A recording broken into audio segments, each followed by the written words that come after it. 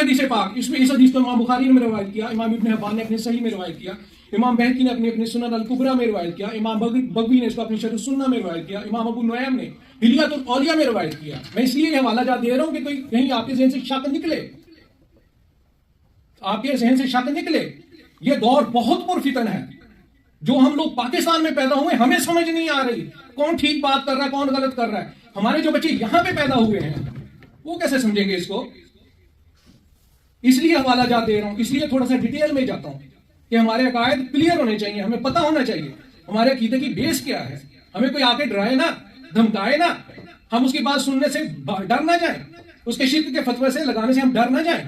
آقا کریم صلی اللہ علیہ وسلم نے فرمایا کہ اللہ تعالیٰ فرماتا ہے کہ جس نے میرے کسی ولی سے دشمنی کی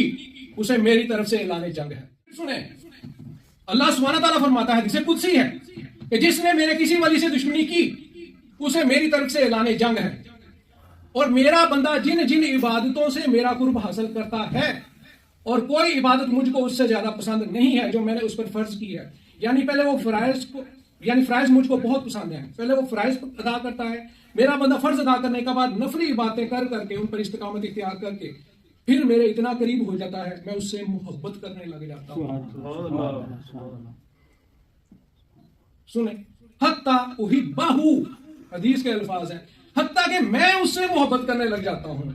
پہلے یک طرفہ راستہ چلتا ہے، فرض پڑتا ہے، نوافل ادا کرتا ہے، استقامت اختیار کرتا ہے اس پر، یہ نہیں کہ ایک دن دو دن چاہ، اللہ اس کو دیکھتا ہے۔ جب وہ استقامت اختیار کر لیتا ہے پھر اللہ سبحانہ تعالیٰ فرماتا ہے کہ پہلے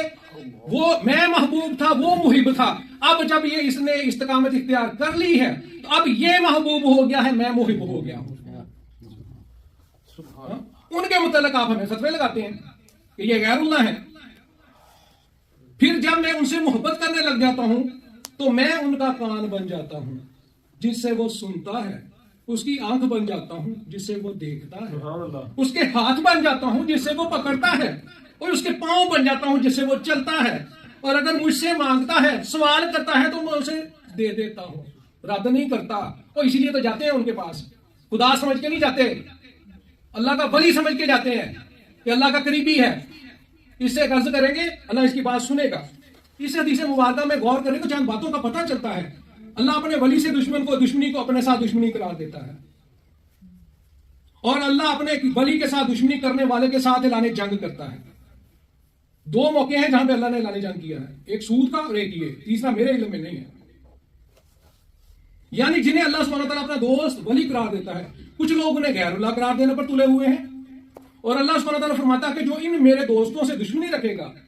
میرا ان سے اعلان جنگ ہے، اور کچھ لوگ ان اللہ کے دوستوں کو سو کارڈ توحید کے نشے میں اللہ کا مد مقابل قرار دینے پر تلے ہوئے ہیں،